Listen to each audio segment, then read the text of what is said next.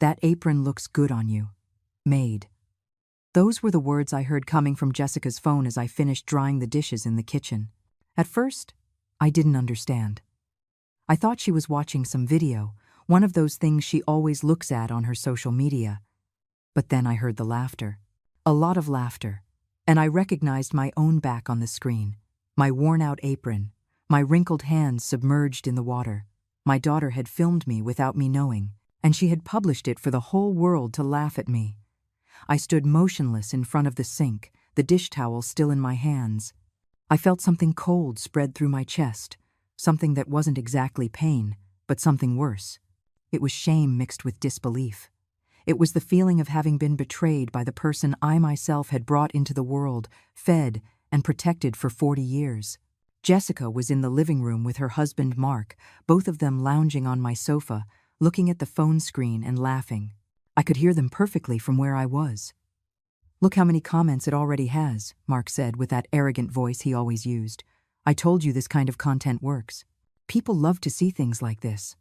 "We're already at 2,000 views," Jessica replied, and in her tone, there was something I had never heard before. Pride. Satisfaction. As if she had achieved something important. The comments are gold. "Look at this one. Your maid looks really old. You should get a younger one." They both laughed, loudly, as if it were the funniest thing in the world. I turned off the water slowly. My hands were trembling slightly, but it wasn't from fear. It was something different. Something that had been dormant inside me for years and was now beginning to wake up. I walked toward the living room, drying my hands on my apron. They didn't even look up when I entered. They were still focused on the screen, scrolling, reading comments aloud, laughing at each one. "Can I see?" I asked in a calm voice. Jessica looked up, and for a second, I saw something in her eyes. Guilt, maybe, or perhaps just surprise that I was there. But that something disappeared quickly, replaced by a forced smile. "Oh, Mom, it's nothing bad," she said, hiding the phone against her chest. "Just a silly video for my followers." "Let me see it," I insisted. Mark chuckled. "Carol, don't take it personally.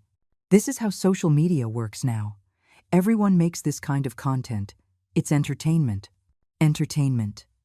That word echoed in my head like a hollow sound. I held out my hand toward Jessica. She looked at Mark, as if seeking permission or support, and finally passed me the phone reluctantly. The screen showed my image. Me, from behind, washing the dishes they had dirtied during lunch. The video had background music, one of those ridiculous songs young people use. And above, in big, bright letters, it said, "That apron looks good on you, Maid." I scrolled down to see the comments. There were hundreds. "Ha ha ha, poor lady. She looks like she's been washing dishes there for years. Do you pay her well at least? She looks like she's good at cleaning. Lend her to me for a day. That maid needs to retire already." Each comment was a small stab, but what hurt the most weren't the words of strangers. It was knowing that my own daughter had started all of this, that she had opened the door for thousands of people to humiliate me. I handed the phone back to her without saying anything. "See? It's not a big deal," Jessica said quickly. "They're just jokes." "Mom, people don't mean it seriously." I stared at her, really looked at her. Her expensive clothes, her perfect makeup, her hair done at that salon she went to every week. All paid for with the money I gave her. With the dollars I had saved for years, working from sunrise to sunset. "How much money did you earn from that video?" I asked. The question took her by surprise. She opened her mouth, closed it, looked at Mark again. "That's not how it works, Mom. It's not like they pay me directly for each video. It's about the followers, the views, the engagement." "How much?" I repeated. Mark got up from the sofa with an exaggerated sigh. "Look, Carol, this doesn't need to turn into a drama. Jessica is trying to build her career as an influencer. She needs content. And you, with all due respect, are perfect content for her audience. Older women, everyday situations, a bit of humor. That's what people want to see. Perfect content." I had become content. Disposable material to entertain strangers while my daughter racked up numbers on a screen. "I want you to delete it," I said, looking directly at Jessica. She stood up too, And now her expression had changed. There was no longer any trace of guilt, just annoyance. I'm not going to delete it, Mom. It already has thousands of views. People are sharing it. This is good for my account. It's my brand. I didn't give you permission. I live in my world. I use my space. I eat what I buy, Jessica said, crossing her arms. I think I have the right to make a video in my own house. Your world. Your space. Your house. Every word was a lie, but she said them with such conviction that I almost could have believed they were true. I almost could have forgotten that I bought this house 30 years ago, that every piece of furniture, every plate, every window was paid for with my sweat, that when her father died and left us with nothing, I was the one who worked 3 different jobs to keep a roof over our heads. But I didn't say any of that. Not yet. Fine, I replied in a calm voice. Don't delete it. Jessica blinked, clearly surprised by my response. Mark smiled smugly, as if he had just won something. I'm glad you understand, Mom, Jessica said, and her tone was now condescending, as if she were speaking to a small child. At your age, it's hard to understand how these modern things work. But trust me, this is good for all of us. I turned around and went back to the kitchen. I heard Mark whisper something to Jessica, and they both laughed again. I heard their steps going up the stairs to the guest room where they had settled in 3 months ago, when Mark lost his job, and they decided it was better to live with me temporarily. 3 months that had turned into an eternity. I sat on the small chair by the kitchen window and looked outside. The afternoon sun lit up the garden I had planted myself, the flowers I tended to every morning, the small lemon tree that had grown from just a thin branch. I was 70 years old. 70 years of life, of work, of sacrifice. And now I was the maid in my own house. The laughingstock of the internet. The joke of the day for people who would never know me, who would never know who I really was. But they also didn't know something important. They didn't know that every property, every bank account, every cent that was in this family was in my name. Only my name. That after my husband died, I learned not to depend on anyone.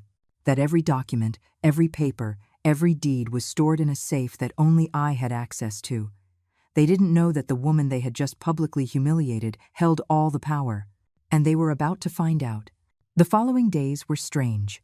Like living in a house that wasn't completely yours anymore, even though all the deeds bore your name.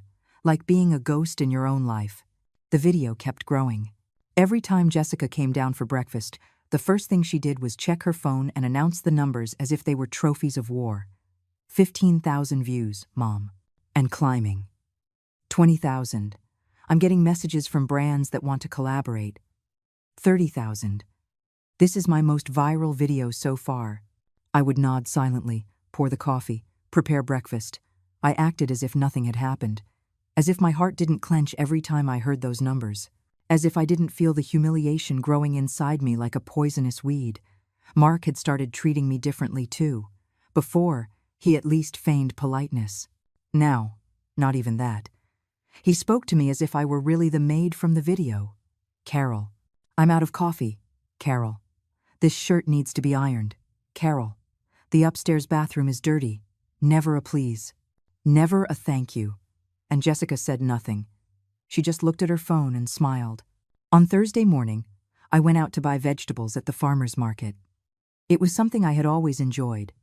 The fresh air, the bustle of people, the colors of the fruits and vegetables, a moment of peace in the midst of it all.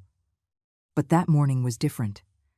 Mrs. Susan, my neighbor for my entire life, saw me from her tomato stand and looked away. She pretended to be busy arranging the produce. I approached her anyway. Good morning, Susan. She looked up briefly and forced an uncomfortable smile. Oh, Carol, good morning. There was an awkward silence. She nervously fiddled with the tomatoes. I waited for her to say something else. Finally, I couldn't help myself. Is something wrong? Susan sighed and lowered her voice. I saw the video, Carol. My granddaughter showed it to me. The whole block has seen it. I felt the ground move beneath my feet. The whole block? It got really popular. People are sharing it. I didn't know you worked for your own daughter. Her voice trailed off. Uncomfortable. I don't work for her. It's my house. She lives with me. Susan nodded quickly, but I saw the doubt in her eyes. I saw that she didn't completely believe me. Or worse, that she didn't care. I bought my vegetables in silence and kept walking. 2 stalls down, I heard laughter. A group of young women looked at me and whispered. One of them pointed at me discreetly. Another was filming with her phone. I quickened my pace. At the bakery, the young man who always served me with a smile now looked at me with something resembling pity. "Are you the lady from the video?" he asked. I didn't answer. I paid for my bread and left quickly. On the way home, every step felt heavier than the last. I had lived in this neighborhood for 30 years. I knew every neighbor, every shopkeeper. I had watched their children grow up. I had lent sugar and coffee in hard times. I had comforted widows and celebrated weddings. And now I was the neighborhood joke, her own daughter's maid, the punchline everyone was sharing. When I got home, Jessica was in the living room on a video call. Her voice echoed through the house, excited and sharp. Yes, exactly. The video of my maid. Well, she's not really my maid, she's my mom. But you know how content is. People love that kind of stuff. Yes, of course I can make more videos like that. I have plenty of material. I left the grocery bags in the kitchen, with more force than necessary. Jessica didn't even turn to look. I put the vegetables in the refrigerator with trembling hands. I took several deep breaths, trying to calm the fire growing in my chest. It wasn't just anger. It was something deeper. It was the accumulated pain of years of sacrifice that now felt like a waste. I remembered the day Jessica was born, how I held her in my arms in that public hospital, promising her she would never lack for anything. How I worked double shifts at the garment factory to pay for her private school. How I sold my only gold necklace to buy her first car when she turned 18. How, when her father died leaving us with enormous debts, I was the one who cleaned other people's houses, sewed clothes until my fingers bled, sold homemade pies at the farmer's market on weekends. All so she could have a better life than mine. And now she was using my image, my dignity, my name, as a springboard to get followers on the internet. That night, while they ate dinner and laughed in the dining room, I went up to my bedroom. I opened the small closet in the back and moved the old shoeboxes. Behind them was the safe I had installed years ago, when I learned that in this world, you can only trust yourself. I entered the combination, the numbers that corresponded to the day I bought this house, the day I became the owner of something of my own for the first time in my life.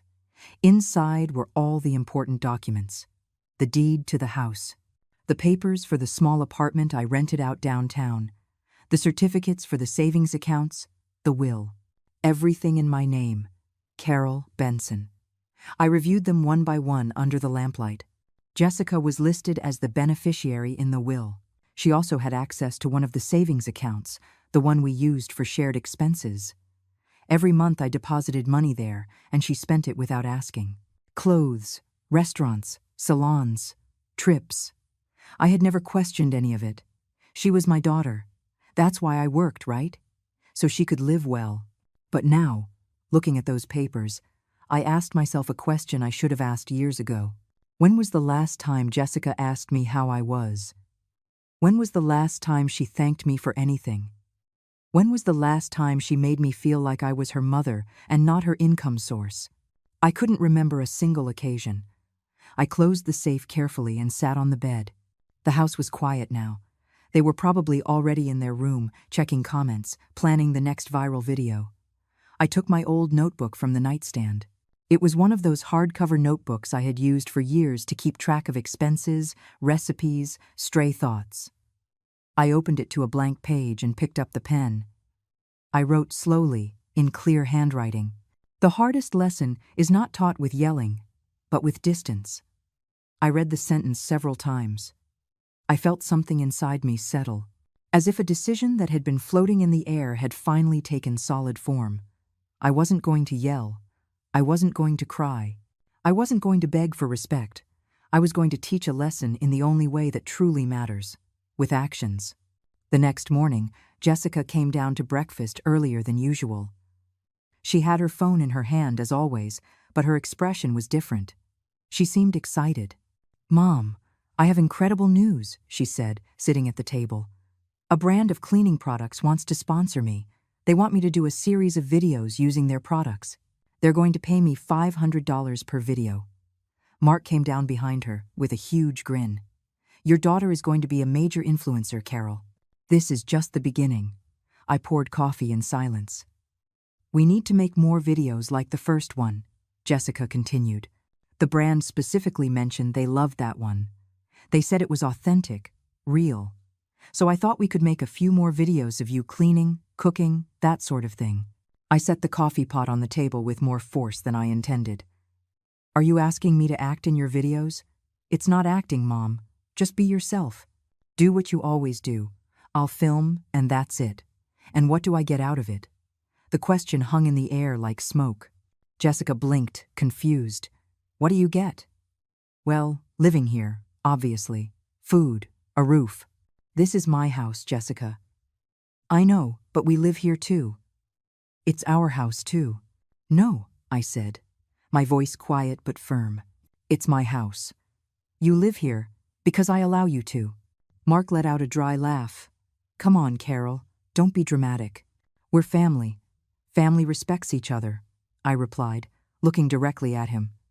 And you two haven't respected me a single day since you arrived. Jessica put her phone down on the table. Mom, you're exaggerating. It was just one video. That turned into 30,000 people laughing at me. That made my neighbors look at me with pity. That turned my life into your work material. This is how it works, Jessica said, raising her voice. Do you think other influencers don't use their families? Everyone does it. Well, I'm not everyone. I'm your mother. I stood up from the table and went upstairs without looking back. I heard Mark mutter something and Jessica reply in an annoyed tone. I didn't care. I went into my bedroom and locked the door. I sat down at the small desk by the window and opened my laptop. It was old, but it worked fine. I had bought it years ago to manage the accounts for my rentals and savings. I logged into the bank's system. My fingers trembled slightly on the keyboard, but my mind was clear. Clearer than it had been in months. 2 days of tense silence passed in the house. I carried out the basic chores. I prepared food, cleaned what was necessary, but I had erected an invisible wall between them and me. It wasn't a wall of loud anger or dramatic screams. It was something much more powerful. It was the wall of conscious silence, of the woman who has already decided something but hasn't revealed it yet.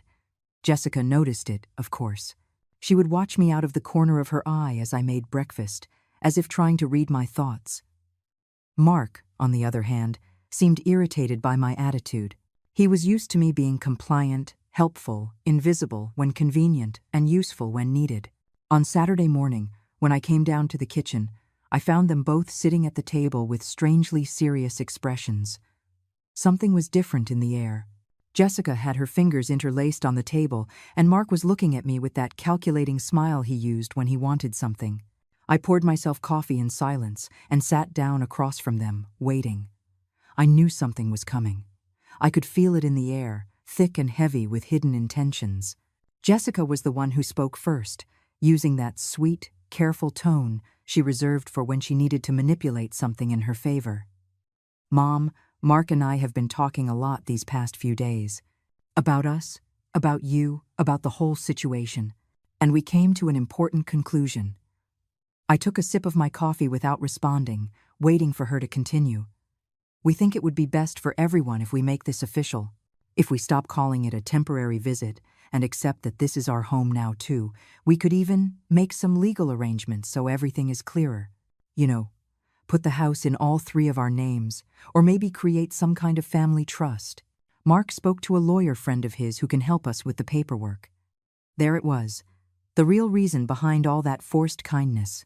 They wanted my house, not just to live in it as guests, but to own it, control it, have legal power over what I had built with my own hands. Mark leaned forward, resting his elbows on the table with that gesture that was intended to be paternal but only revealed his condescension. Look, Carol, we understand you come from another generation, another way of thinking, but we're younger. We have more modern ideas about how to handle family finances. You're already 70 years old. You shouldn't be worrying about legal matters, property taxes, home maintenance. That's a lot of stress for someone your age. If you transfer everything to our names, or at least give us legal power, we would take care of everything. You would just have to enjoy your old age peacefully, with no worries. I set my coffee cup down on the table carefully, taking my time to process what I had just heard. It wasn't just the audacity of the proposal, it was the way they said it, as if they were doing me a huge favor.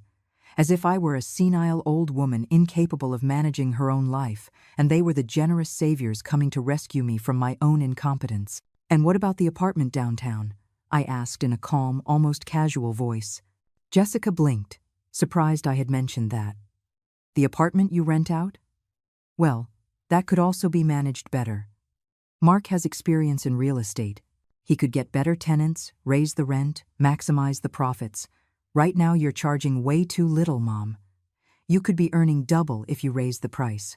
My current tenants are a retired couple, both teachers, who have lived there for 8 years.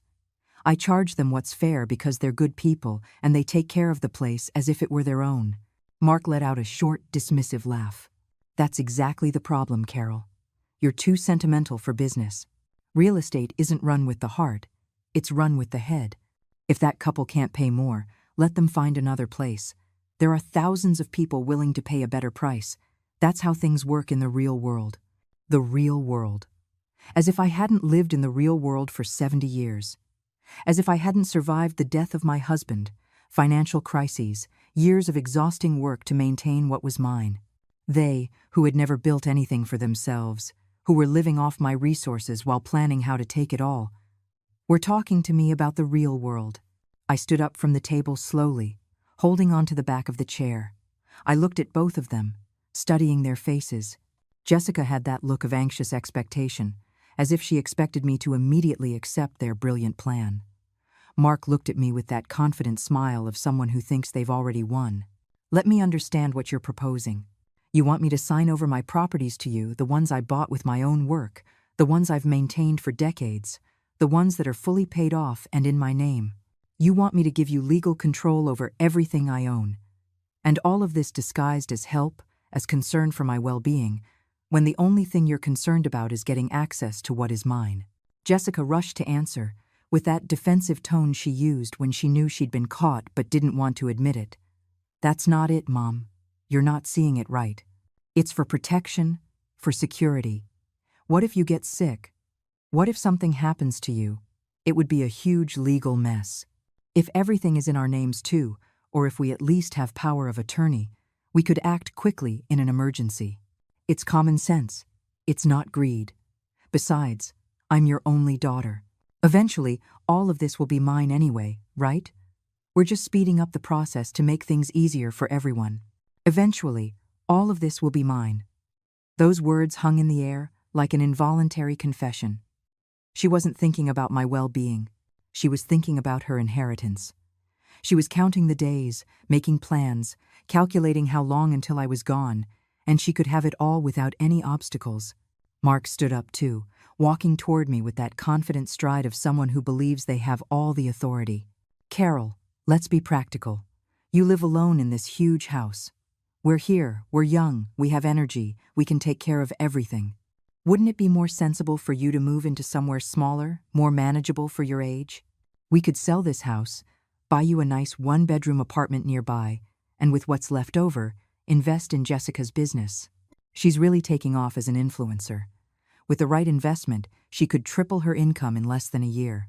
That would benefit the whole family, including you." There was the full plan, finally revealed without filters. They wanted me to sell my house, the house where I had raised my daughter, where I had mourned my husband, where I had built every important memory of my adult life. They wanted to reduce me to a small apartment, as if I were a burden that needed to be put away in a drawer. And they wanted to use my money to finance Jessica's dreams of fame. I walked to the kitchen window, looking at the garden I had cared for so many years. The lemon tree was heavy with fruit. The roses I planted when Jessica was a little girl were still blooming every spring. Every corner of this place held my work, my love, my history. I turned to face them, and something in my expression must have alerted them, because they both took a small step back. "This house is not for sale." This house is not being signed over.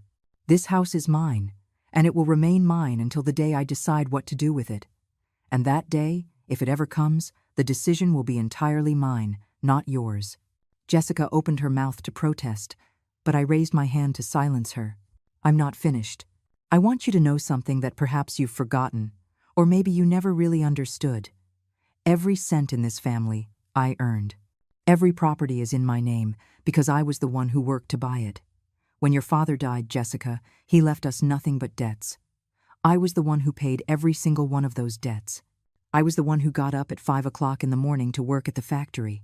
I was the one who sewed clothes at night until my fingers hurt so much I couldn't close my hand.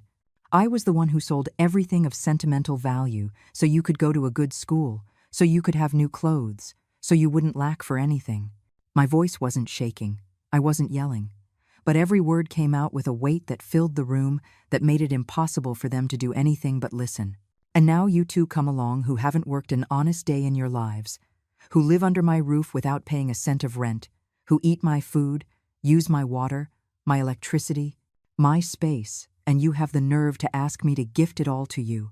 Not only that, but you have the audacity to suggest that I'm the one who doesn't understand how things work, that I'm too old, too sentimental, too stupid to manage what is mine."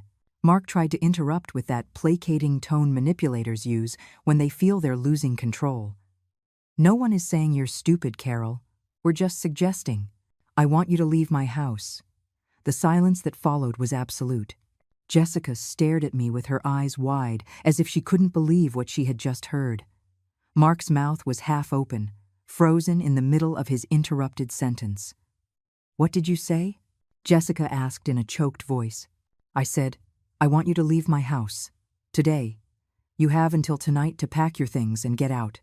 They left that same afternoon, amidst yelling and slamming doors. Jessica cried, begged, accused me of being cruel and heartless. Mark threatened me with lawyers, with lawsuits, with making my supposed ingratitude public.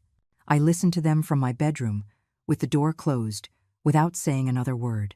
When I finally heard their car engine fade into the distance, I went downstairs and walked through the house in silence. The house felt different, bigger, emptier, but also more mine, as if I could breathe again after months of holding my breath. That night, I couldn't sleep. I sat in the dark living room, wrapped in the old robe I had worn for years, watching the shadows the streetlights cast on the walls. And it was there, in that absolute silence, when the full weight of my life fell on me like an avalanche of memories I had been storing in some deep corner of my heart. I remembered the day I met Robert, my husband. I was 22 years old and worked in a small fabric shop downtown. He came in looking for something for his mother and left with my phone number. He was handsome, charming, full of promises about the future we would build together. I married him believing in those promises, believing that love was enough to sustain a life. The first few years were good. We didn't have much money, but we had plans, dreams, that kind of naive hope that only the young can hold on to. When Jessica was born, I thought our family was complete. I held her in the public hospital, with its peeling walls and rough sheets, and I promised her she would have everything I never had. But Robert started to change. The jobs never lasted. There was always an excuse. It was always someone else's fault. The boss who didn't value him, the colleagues who were jealous, the system that was against him. Meanwhile, I worked double shifts at the garment factory, sewing school uniforms until my fingers bled and my back burned. I would get home at 11 o'clock at night and still have to clean, cook for the next day, help Jessica with her homework. Robert would sit in front of the television with a beer in his hand and tell me I was being dramatic, that I was exaggerating how tired I was, that all women worked and didn't complain so much. I stopped complaining. I stopped expecting him to understand. I just kept going because there was no other choice. When Jessica turned 8, Robert left. There was no drama, no big fight. Just one day, I came home from work and found a note on the kitchen table. It said he had met someone else, someone younger, someone who made him feel alive again, someone who wasn't always tired and bitter. He wished me good luck and said he would send money for Jessica when he could. He never sent a single cent. I sat at that same table where I was sitting now, the note still in my hand, and I cried until I had no tears left. Jessica slept that night, not knowing her father had abandoned us. I told her the next morning that Dad had to go far away for work, that he would be back soon. It was weeks before she realized that soon was never going to come. The years that followed were the hardest of my life.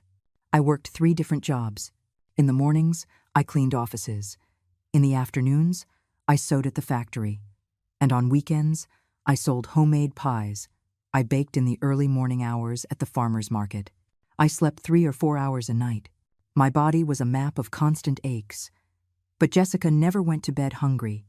She never missed school for lack of uniforms or supplies. She never had to feel the shame of the extreme poverty I had known in my childhood. When she turned 15, she wanted a big party like her classmates were having. I didn't have money for that. I had been saving every penny I could for the down payment on this house, to finally have something of our own, something no one could take from us. But I saw her so excited, talking about her party, so thrilled, showing me pictures of dresses in magazines, that I couldn't deny her that. I sold my only piece of valuable jewelry. It was a gold necklace my grandmother had given me before she died, with a heart-shaped locket that had our initials on it. I pawned it for $800, and with that, I paid for the hall, the dress, the food, the DJ. Jessica had her perfect party. I wore the same old dress I used for all special occasions and smiled in the photos while inside I was calculating how many more months it would take to save up for the house again. 2 years later, I finally did it. I bought this house. It was small. It needed repairs. The garden was a mess. But it was mine. The day I signed the deed, I cried again, but this time from happiness. I showed the papers to Jessica and told her this was our future, our security, that no one could ever kick us out again. She was 17 and barely looked up from her fashion magazine to nod distractedly. When she turned 18, she wanted a car. All her friends had cars. She felt less than for having to take the bus. I was still working the same 3 jobs, but now I was also renting out the small apartment I had bought with a bank loan. With that rent money, and by selling some old furniture, I scraped together enough for a down payment on a used car that was in good condition. I gave her the keys on her birthday. She screamed with excitement, hugged me, told me I was the best mom in the world. She drove around all day, showing her new car to her friends. When she came back that night, I was making dinner. She asked what was for dinner, and when I told her just vegetable soup because I hadn't had enough for anything else that week, she wrinkled her nose in disgust and said she was going to eat at a friend's house. The years passed, and I kept working, kept saving, kept building. I paid off the mortgage on the house in full 10 years early. I bought another small apartment to rent out. I invested in savings certificates. I learned to manage my finances, to make my money grow, to be truly independent. Jessica graduated from college with a degree in marketing that I paid for completely. She got jobs that lasted a few months, always quitting because the boss was unfair, or the colleagues were jealous, or the salary wasn't enough. Every time she quit, she would come back home, and I would support her until she found the next job. When she met Mark, I thought things would change. He talked a big game about his plans, his businesses, how they were going to be successful together. They got married in a small ceremony that I paid for. Then came the startups that never worked out, the investments that were lost, the loans I gave them that they never paid back. And now, sitting in the darkness of my living room, I realized something I should have seen years ago. I hadn't raised a daughter. I had raised someone who learned that everything would be given to her without effort, that mom would always be there to solve her problems, to finance her whims, to be the endless bank she could turn to without consequences. My mistake wasn't loving her too much. My mistake was protecting her so much from suffering that she never learned the value of things. She never knew what it cost to earn $1 because it had always just been there, available, with her having to do nothing more than ask for it. I stood up slowly from the chair and turned on the living room light. I walked to the small desk where I kept my notebooks and opened the one I used for personal thoughts. I took the pen and wrote with a clear, firm hand. The hardest lesson is not taught with yelling, but with distance. And sometimes the greatest love is letting them fall so they can learn to get up on their own. I closed the notebook and went up to my bedroom. For the first time in months, I slept deeply, without guilt, without fear, because I knew what came next wasn't revenge.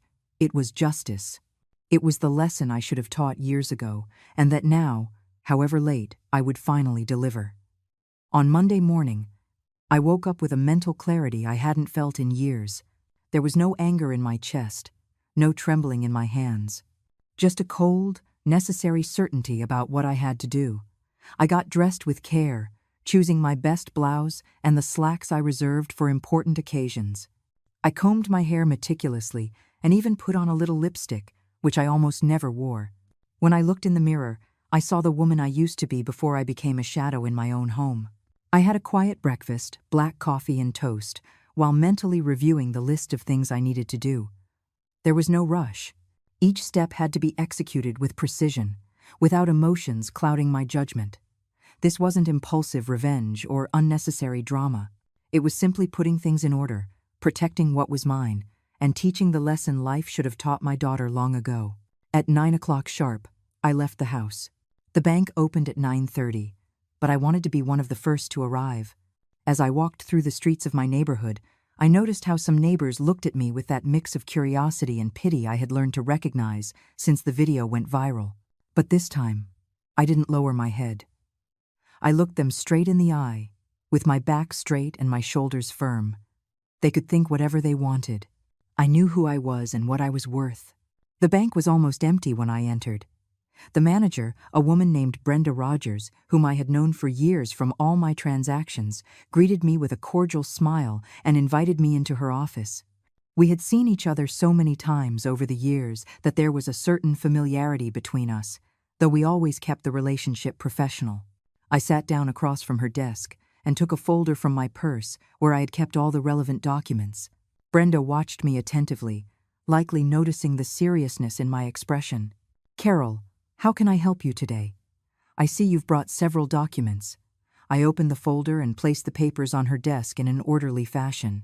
Bank statements, property certificates, the will I had drafted years ago, the documents for the joint accounts. I need to make several important changes to all my accounts and the structure of my assets. I want my daughter, Jessica Benson, removed as a beneficiary from absolutely everything. I want to close the joint account we have and transfer the entire balance to my personal account. I also need to block any access she or her husband may have to any of my accounts or properties. Brenda took the documents and reviewed them carefully. Her expression remained professional, though I saw a flash of surprise in her eyes. She knew my family situation, at least superficially. She knew Jessica was my only daughter. "I understand. These are significant changes. Carol, are you completely sure you want to proceed with this? Once these modifications are executed, your daughter will have no access to your accounts, nor will she be listed on any of your documents as a beneficiary." "I am completely sure. In fact, I've never been more sure of anything in my life." Brenda nodded and began to prepare the necessary documents. As she worked on her computer, she explained each step of the process. The joint account had a balance of $8,200 money I had deposited month after month for household expenses that Jessica used without restriction. All of that money would be transferred to my main personal account. The investment certificates, totaling another $23,000, which also had Jessica as a co-owner, would be modified to have only my name. We should also update your will if you want these changes reflected there. Currently, your daughter is the sole heir to all your assets. Do you wish to change that as well? I took a moment to think. This was the biggest decision, the most permanent one. But when I remembered the video, the laughter, the way I had become her ladder to social media success, when I thought about how she had planned to take over my properties without the slightest remorse, I knew my answer was clear. Yes, I want to modify the will. My daughter will cease to be an heir until she demonstrates that she understands the value of respect and honest work. In the meantime, I want everything to be placed in a trust with specific instructions that I will draft with a lawyer. Brenda looked at me with something that seemed like respect, mixed with curiosity, but she didn't ask any personal questions. She continued processing each document with professional efficiency. She explained that I would need a notary's signature for some of the more significant changes and that we could arrange that this very afternoon if I was available. We spent almost 2 hours in that office. I signed document after document. Each signature was an act of liberation, as if with every stroke of the pen I was reclaiming pieces of myself that I had given away without thinking for all these years. When we finally finished, Brenda handed me copies of everything and explained that the changes would be effective immediately in the system. If your daughter attempts to access any of the accounts or make any transactions, the system will automatically block her and you will receive a notification. We have also placed additional security alerts on all your accounts in case anyone tries to make suspicious moves. I thanked her for her help and left the bank with the folder of documents under my arm. The mid-morning sun was shining brightly, and I felt its warmth on my face like a blessing. I had taken the first step, the most important one. Now my assets were protected, shielded from any attempt at appropriation or manipulation. I walked to the small coffee shop that was 2 blocks from the bank. It was a simple place where I sometimes went to have a coffee when I needed a moment of peace. I sat by the window and ordered a latte and a pastry. While I waited for my order, I took out my phone and checked my messages. There were 3 from Jessica, all from the previous day. The first one said, "Mom, what you did was unfair. We just want to help you and you treat us like enemies." The second, "Mark is furious. He says what you did is abuse toward your own family. You should reconsider." The third, "Fine, you win. But don't come looking for our help later when you really need it." I read the messages without feeling anything but a distant sadness. There was no remorse in her words, no genuine reflection, only manipulation, veiled threats, and that victimhood she used when things didn't go her way. I didn't answer any of the messages. There was nothing to say yet. My coffee arrived, and I drank it slowly, savoring every sip. As I looked out the window at the people passing by on the street, I thought about all the years I had worked without rest, all the times I had said yes when I wanted to say no, all the occasions I had put others' needs before my own, believing that's what good mothers, good women, did. But now I understood something fundamental that had taken me 70 years to learn. Loving someone doesn't mean letting them destroy you. Being a mother doesn't mean being an infinite resource with no right to dignity. And protecting your peace isn't selfishness, it's survival. I finished my coffee and stood up. I still had things to do. I had scheduled an appointment with Adriana Flores, my lawyer, for 3 o'clock in the afternoon. She would help me draft the new will and establish additional legal measures to protect my properties. I also wanted to consult with her about the video Jessica had posted, if there was any way to force her to delete it or at least protect my image from similar future abuses. As I walked back home, I felt something strange and new. It was lightness. As if for years I had been carrying an invisible weight on my shoulders and had finally set it down. My steps were firmer, my breathing deeper. For the first time in a long time, I didn't feel afraid of the future or guilty about the past. I entered my house, and the silence greeted me like a hug. There were no demanding voices, no cruel laughter, no looks of contempt. There was just me, owner of my space, my time, my life. I made myself a simple lunch, chicken and rice with a salad. I set the table as if it were a special occasion, with the clean tablecloth and the good dishes. I ate slowly, enjoying every bite, without rushing, without interruptions. It was a luxury I had forgotten existed. After eating, I washed the dishes calmly, without resentment. This time, I was doing it for myself, in my house, by my own rules. I dried each dish carefully and put it away. Everything was in order. Everything was as it should be. 3 days of absolute silence passed. Jessica didn't call, didn't write, didn't show up. I used that time to reorganize the house, to restore the order and peace it had lost during the months they lived here.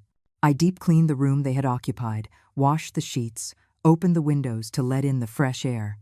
It was like purifying a space that had been contaminated with toxic energy. On Thursday afternoon, while I was watering the plants in the garden, I heard the doorbell. My first instinct was not to open it. I knew who it might be, but I also knew this moment would come eventually, and postponing it wouldn't change anything. I left the watering can by the lemon tree and walked to the front door. Through the peephole, I saw Jessica, but this time she was alone. Mark wasn't with her, with his arrogant smile and manipulative plans. She was standing on the porch with an expression that was trying to look concerned, her hair perfectly styled and wearing a dress I had bought her a while back. I opened the door, but I didn't invite her in. "Hi, Mom. Can we talk?" Her voice was soft, careful, like when she was a little girl and had done something wrong but was trying to avoid punishment with sweetness. How many times had that tactic worked? How many times had I given in to that voice, to that little face of feigned remorse? "We can talk here." I saw the surprise in her eyes. She expected me to let her in, offer her coffee, return to our old dynamic. But those days were over. "Mom, it's cold out here. Can't we go inside and talk like civilized people?" Civilized people respect their mothers. They don't humiliate them publicly or try to steal their property. She looked down, biting her lower lip. It was another of her calculated gestures, the one she used to look vulnerable and awaken my maternal instinct. It didn't work this time. I came to apologize for everything that happened. Mark and I have been talking a lot.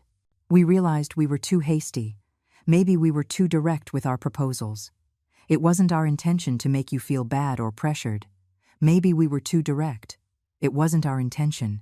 Not even in her supposed apology was there any real acknowledgement of what they had done. Just a careful minimization, a way of admitting a mistake without really admitting anything. And the video? Was that also too direct? Was it also not your intention to humiliate me in front of thousands of people? Jessica looked up, and I saw a flash of irritation that she quickly tried to hide. "Mom, I already explained that video wasn't malicious. It was content for my social media. All influencers do that kind of stuff with their families. It's normal in this business. But if it bothered you that much, fine, I can delete it. In fact, that's why I came. I wanted to tell you that I'm going to delete it as a show of good faith. As a show of good faith. As if deleting the video was a huge favor she was doing me, not the bare minimum obligation to correct the damage she had caused. But I knew that behind that offer, there was something more. Jessica didn't do anything without a motive. "What do you really want, Jessica?" She sighed, as if it pained her that I was so suspicious, so unreceptive to her attempts at reconciliation. "I want us to be a family again." "Mom, I want things to go back to the way they were. Mark and I found a small apartment we can rent, so you wouldn't have to worry about us taking up your space anymore, but to be able to pay the deposit and the first month's rent. We need a little help. Just $3,000. We'd pay you back as soon as Mark gets the job he's waiting for. It's a really good opportunity, a big company that's about to confirm his position." There it was, the real reason for her visit. She hadn't come to genuinely apologize. She had come to ask for money. Again, it was always the same. A new crisis, a promise of repayment that never materialized, a story about jobs that were about to come through or businesses that were about to take off. "I'm not giving you any money, Jessica." Her expression changed instantly. The sweetness evaporated, replaced by something harder, more real. "Seriously, Mom? You're going to deny me $3,000 when you have over $30,000 in the bank? When you have 2 properties generating income? When your whole life you've had money for everything except to help your own daughter when she really needs it?" There it was, the biggest lie she had believed for years. That my money was her money. That my properties were her future inheritance, and therefore she had a right to use them whenever she wanted. That I owed her indefinite financial support simply for being her mother. "I have helped you for 40 years, Jessica. I paid for your entire education. I bought you clothes, cars. I paid your debts more times than I can count. I supported you when you quit 6 different jobs. I financed 3 of Mark's failed businesses. And never, not once, did you pay me back a cent or give me a heartfelt thank you. So don't tell me I've never done anything for you." She clenched her fists at her sides, and I saw the mask of the concerned daughter fall away completely, revealing the real Jessica who had been hiding behind sweet words and calculated gestures. "You know what your problem is, Mom? You've always been like this. Always holding a grudge. Always remembering every single thing you've done, as if it's a debt we have to repay. Aren't mothers supposed to help their children without expecting anything in return? Isn't a mother's love supposed to be unconditional?" Her voice had risen, and now she spoke with that accusatory tone she used when she knew she was losing an argument but didn't want to admit it. "A mother's love is unconditional, Jessica. But respect isn't given freely. It's earned. And you lost my respect the day you turned me into your viral content. You lost it when you tried to take what isn't yours. You lost it when you treated me like a maid in my own house. So, what? You're going to punish me forever? You're going to let your own daughter and son-in-law end up on the street? Because that's what's going to happen if you don't help us. We have nowhere else to get that money. Family is supposed to support each other in tough times. There were tears in her eyes now, but I no longer knew how to tell which ones were real and which were part of the performance. There had been so many years of emotional manipulation, so many times she had used crying to get what she wanted, that even her tears had lost credibility. Family is also supposed to respect each other at all times, not just when they need something. And you two didn't respect me when you had the chance. Now you are living the consequences of your own decisions. Jessica wiped the tears with the back of her hand, and her expression shifted to something darker, more threatening. Fine, Mom. You don't want to help your family. You want to be the victim, the poor, mistreated lady abused by her evil daughter. But don't think this is over. Mark has contacts. He knows lawyers. We can prove that you're not in your right mind to manage your finances. A woman your age, living alone, making irrational decisions like cutting off her only family. A judge could declare you incompetent and assign us as your legal guardians. There it was. The veiled threat had become a direct one. They were no longer pretending to be concerned for my well-being. Now they were showing their true intentions. They wanted to have me declared mentally incompetent to take control of my assets. Try it. I have all my updated medical exams. My doctor can certify that I am perfectly lucid. My lawyer has complete documentation of all my transactions and financial decisions. And believe me, Jessica, if you try something like that, the only thing you'll accomplish is exposing yourselves publicly as what you are. Opportunists trying to rob a 70-year-old woman. She looked at me with a mix of surprise and anger. She hadn't expected me to be so prepared, so one step ahead in protecting what was mine. You've already been to lawyers? You're already planning how to leave us with nothing? Is that what a good mother does? A good mother teaches lessons, Jessica. And this is the most important lesson I should have taught you years ago. The world doesn't owe you anything. No one is obligated to support you, to finance your life, to solve your problems, not even your mother. It's time for you to learn to stand on your own, to work honestly, to value what you have, instead of always demanding more. She stared at me in silence for a long moment. I watched as she processed my words, as she finally understood that this time was different, that I wasn't going to give in, that there was no manipulation possible that would work. You're going to regret this, Mom. When you're old and sick and have no one, you're going to remember this moment. You're going to remember how you pushed away your only family. I am already old, Jessica, and I would rather be alone with dignity than accompanied by people who only see me as a walking bank account. She spun around and walked to her car without another word. I watched her drive away down the street, and I didn't feel sadness or regret. I only felt a deep, necessary peace. The peace of someone who had finally set boundaries. The peace of someone who chose her own dignity over the comfort of others. I closed the door and went back to the garden. My plants were waiting for me, the lemon tree heavy with fruit, shining in the afternoon Sunday. I picked up the watering can and continued my task, calm, centered, and free. 2 weeks passed in a calm I hadn't known in years. I got up every morning without the weight of others' expectations, ate a quiet breakfast in my kitchen, tended my garden, read the books I had bought months ago and never had time to open. It was as if I had finally gotten my life back after lending it out for too long. But that calm was broken one Tuesday morning when I received a call from Brenda, the bank manager. Her voice sounded serious, professional, but with an undertone of concern that immediately put me on alert. Carol, I need to inform you about an incident that occurred this morning. Your daughter, Jessica, came to the bank attempting to withdraw money from the joint account you had. When the system denied her access, she became quite upset and demanded to speak with me. I explained that you had closed that account, and that she no longer had authorization for any transactions. She then presented a document that supposedly gave her power of attorney over your accounts. I felt something cold run down my spine. A power of attorney. Jessica had tried to falsify documents to get my money. What kind of document did she present? It was a power of attorney letter with what appeared to be your signature, Carol. But our security protocol requires additional verification for these types of documents, especially considering the alerts you placed on your accounts. When we asked her to wait while we verified the document's authenticity with you, she refused and left the bank very upset. We kept a copy of the document and have already reported it as a possible fraud attempt. I sat down slowly in the nearest chair. This wasn't just a desperate attempt to get money. It was a crime. Jessica had crossed a line from which there was no return. She had tried to rob me using false documents, risking not only my assets but also her own freedom. What should I do now, Brenda? I would recommend you file a formal police report.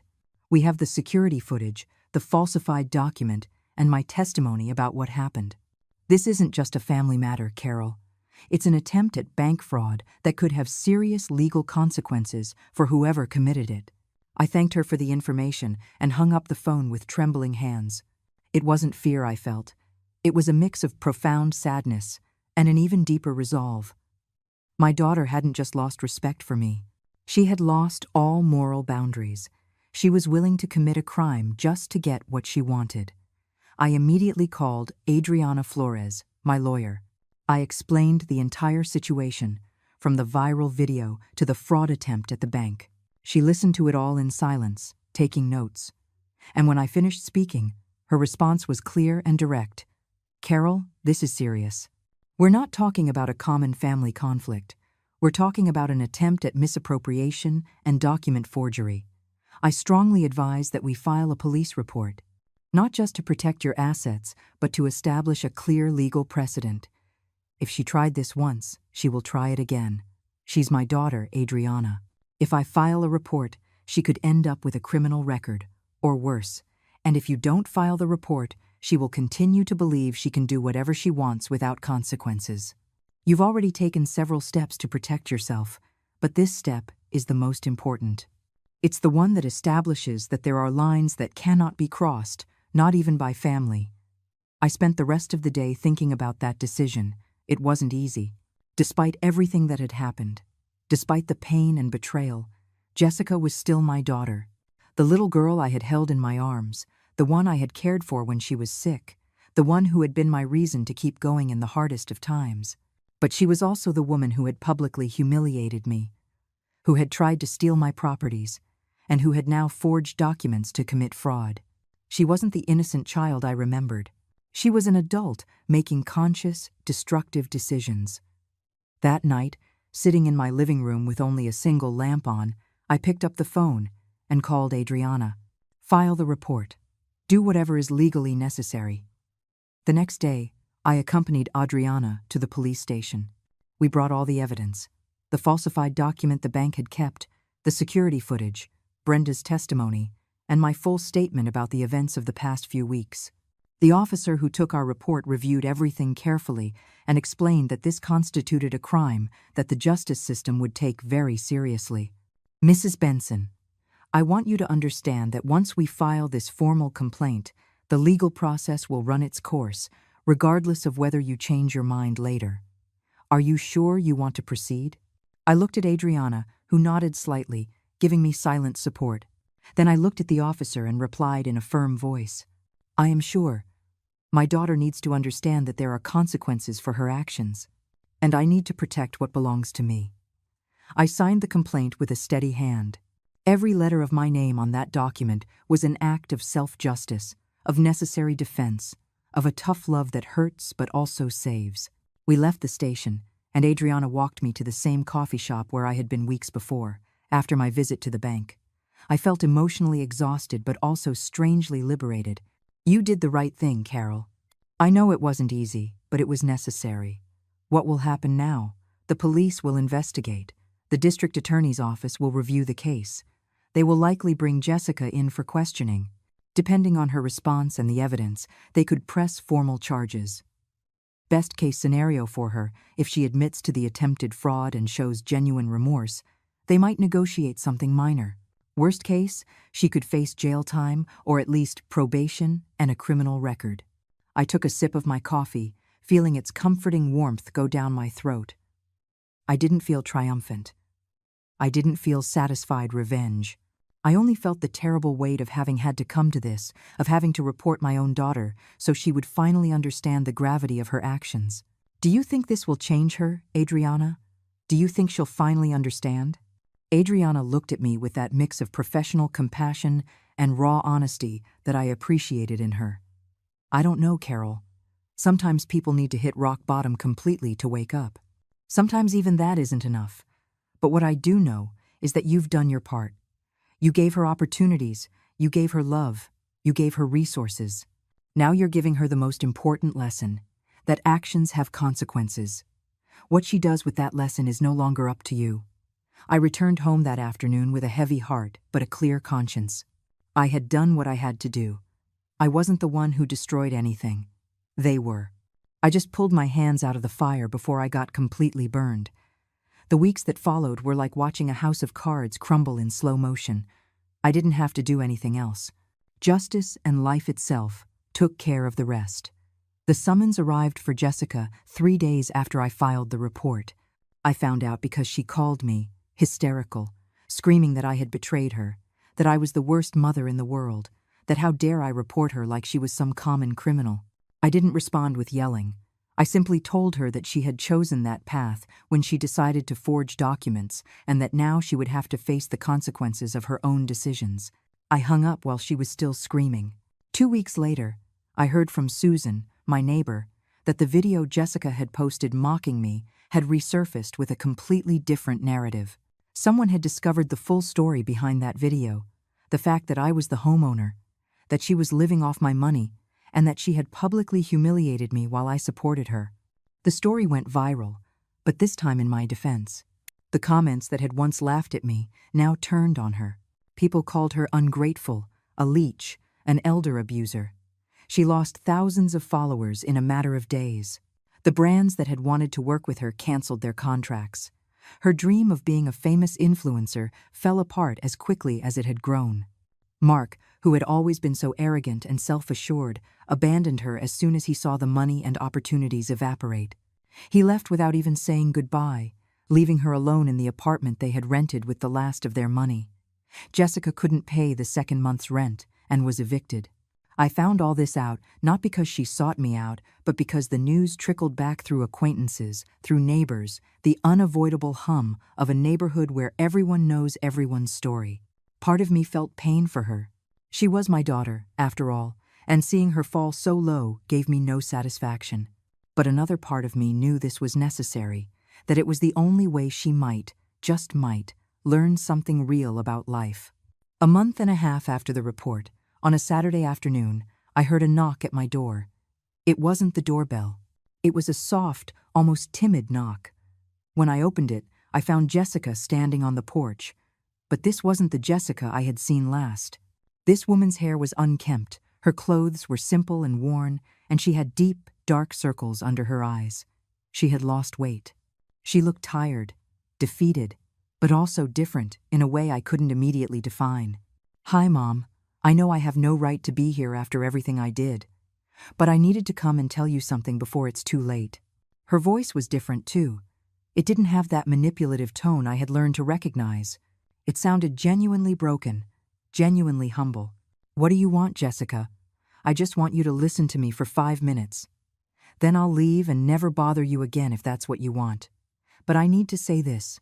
I let her come in, though we remained standing in the living room. I didn't offer her coffee or invite her to sit. There was still a necessary distance between us. She took a deep breath before speaking, as if gathering the courage to say something that was incredibly difficult for her. "I lost everything, Mom. The apartment, the followers, the brands, Mark. When the real story came out, everyone turned their back on me. People point at me on the street, yell horrible things at me. I can't get a job, because when they search my name online, the whole story comes up. I've had to stay with a friend who barely tolerates me, sleeping on her sofa. And the worst part is, every time I look in the mirror, I see someone I don't recognize. I see a horrible person who mistreated her own mother, who used her, who tried to steal from her. And I can't believe that person is me." Tears were streaming down her face, but she didn't wipe them away. She let them fall freely as she spoke. I came to tell you that you were right about everything, that I was a leech, that I never valued what you did for me, that I treated you like you were worthless when you sacrificed everything for me. I came to tell you I'm sorry, Mom. I am so sorry that I don't know how to live with this. And I'm not saying this for you to forgive me, or to give me money, or to let me come back. I'm saying it because it's the truth, and because you needed to hear it. I stood in silence, watching her. I looked for signs of manipulation, of acting, but I couldn't find any. This was different. This remorse felt real, in a way I had never felt from her before. And what are you going to do now, Jessica? Because apologies are fine, but you need a plan. You need to rebuild your life. I got a job at a coffee shop. I'm a waitress, clearing tables, washing dishes. I make minimum wage, and the tips are miserable. But it's honest work, and it's the only thing I could get. I start on Monday. I'm also going to therapy, with a psychologist who's seeing me almost for free because I explained my situation. She's helping me understand why I became like this, why I thought the world owed me everything. I nodded slowly. That was more than I had expected to hear. Not just empty apologies, but concrete actions. Real attempts to change. The legal case is still in progress, Jessica. The report I filed doesn't just disappear because you're sorry now. I know. My public defender says I'll probably have to do community service and pay a fine, maybe probation. I deserve it. I did something terrible, and I have to pay for it. I walked to the window, looking out at the garden I loved so much. The lemon tree was still there, strong and full of life. The roses were still blooming. Everything was following its natural cycle, despite the human storms. I'm not going to give you money, Jessica. I'm not going to solve your problems. That's something you have to do on your own. I didn't come for money, Mom. I came because I needed you to know that I finally get it. I understand that what I'm missing isn't money. It's respect. Respect for you, for myself, for work, for life. And that respect isn't bought or inherited. It's earned. I turned to look at her, and for the first time in years I saw my real daughter, not the manipulative woman who had created a perfect mask, but the vulnerable, broken, yet finally honest person who had been hidden underneath all that selfishness. You're still going to suffer, Jessica. Rebuilding a life from scratch isn't easy. There will be days when you'll want to give up, days when you'll feel completely lost. I know. But at least now I know I can call you for advice instead of asking for money. And if one day you can forgive me, even just a little, that would mean more to me than any amount of money you could ever give me. I walked her to the door. Before she left, I did something I hadn't planned. I took a small piece of paper from my purse where I had jotted down some addresses. These are places that are hiring kitchen and cleaning staff. They pay a little better than where you're starting. Don't mention my name, but if you work hard, maybe in a few months you can apply. She took the paper with trembling hands and looked at me with eyes full of fresh tears. Thank you, Mom. Don't thank me yet. Show me you've really changed. With actions, not with words. I watched her walk away down the street, with no car, no luxuries, nothing but the chance to start over. And for the first time in a long time, I felt something like hope. 6 months passed since that day Jessica appeared at my door. 6 months in which I continued to live my life with the peace I had recovered, tending my garden, reading my books, drinking my coffee in the mornings without rushing. But also 6 months in which, without telling her, I kept an eye on her from a distance. I heard things through acquaintances. That she was working 2 jobs now, the coffee shop in the mornings and cleaning offices at night. That she had stopped posting on social media completely. That she was paying her share of the rent on time for the small apartment she now shared with 2 coworkers. That she was still going to therapy every week. I didn't seek contact with her. I didn't write or call. This had to be her path, her genuine transformation, without my intervention. If she had truly changed, she would prove it with time and sustained actions, not with momentary promises. One Sunday afternoon, while I was pruning the roses in the garden, I heard the doorbell. When I opened the door, Jessica was there with a small box in her hands. She looked different again, but this time in a positive way. Her hair was pulled back in a simple ponytail, her clothes were clean, though modest, and there was something in her expression I hadn't seen in years. It was dignity. the dignity that comes from earning an honest living. Hi, Mom. I brought this for you. They're lemons from my work. At the coffee shop, we were going to throw them out because they over-ordered, and I thought of your lemon tree and how you always make that lemonade I used to love as a kid. I thought maybe you could use them.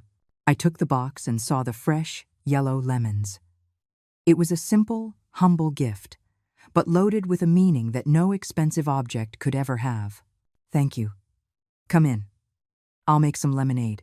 We went into the kitchen, and while I washed the lemons and prepared the drink, she remained standing, not sitting, as if she still felt she needed to earn the right to be comfortable in this house.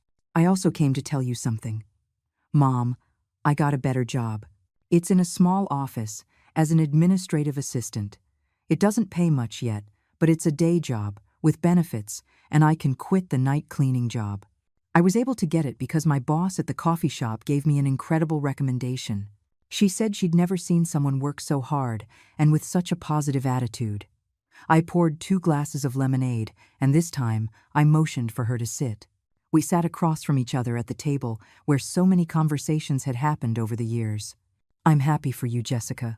Truly. I also finished paying the fine the judge gave me. It took me these 6 months, paying little by little, but it's all paid off. My record is clean because I complied with everything they ordered: the community service, the mandatory therapy sessions, the fine. My lawyer says that after 2 years with no trouble, I can petition to have it completely expunged from my record.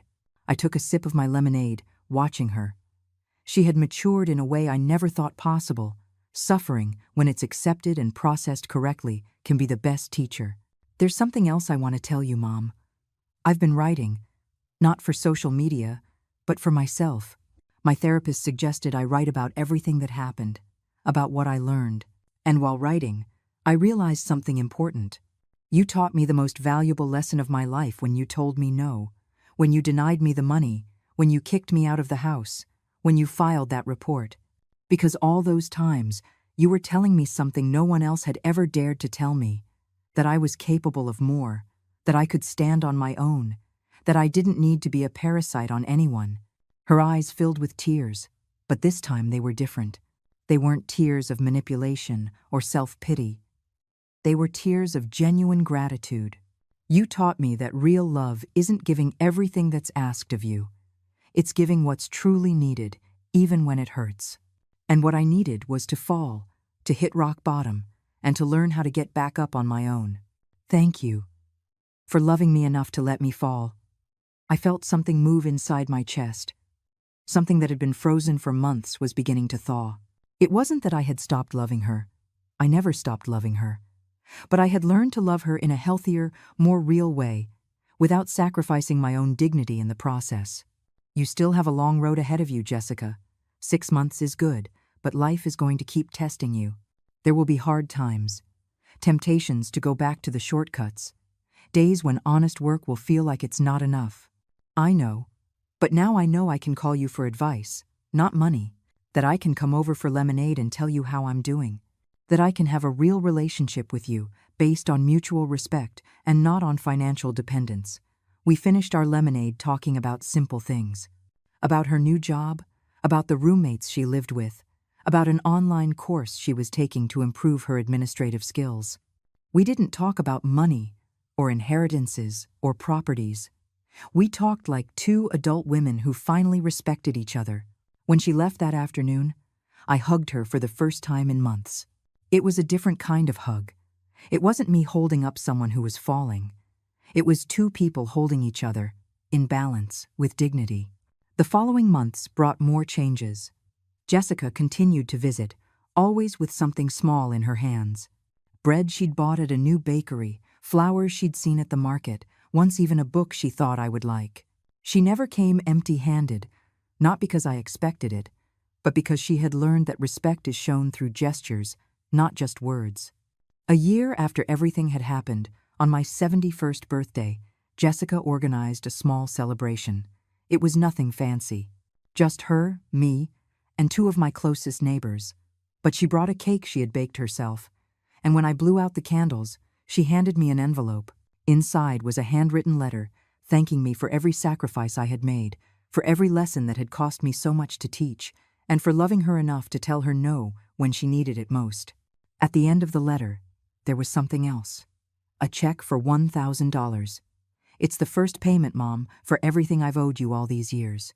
I know I can never pay you back for everything, but I'm going to try. Little by little, with my own work, with my own effort. I took the check with trembling hands. It wasn't the money that mattered. It was what it represented. It was the tangible proof that my daughter had finally understood the value of work, of effort, of earned respect. That night, after everyone had gone home, I sat in my garden under the starry sky. The lemon tree whispered in the night breeze. The roses perfumed the air. I thought about the entire journey, about the necessary pain, about the difficult decisions. I had learned that sometimes the greatest love is letting go. That protecting your dignity isn't selfishness, but survival. That teaching with boundaries is more valuable than giving without measure. And that forgiveness doesn't mean forgetting, but allowing both people to move forward with hard-won wisdom. The peace I felt in that moment wasn't the absence of pain. It was the presence of recovered dignity. It was knowing I had done the right thing, even when it was the hardest thing. It was understanding that sometimes the greatest revenge isn't destroying the one who hurt you, but living well, with honor, and allowing natural consequences to teach what words never could. I stood up and went inside, into my house, which was still completely mine. I closed the door with a quiet smile on my face. Tomorrow would be another day, with its own challenges and blessings. But I would no longer face it as a victim or a savior. I would face it as what I had finally become again. Carol Benson, a 71-year-old woman who knew her worth, protected her peace, and had learned that sometimes the greatest victory is simply to live with dignity. Because in the end, peace isn't found in getting back at those who hurt you. It's found in reclaiming your life, your name, and your right to live without carrying the weight of those who don't know how to value you. And that peace, I learned, is priceless.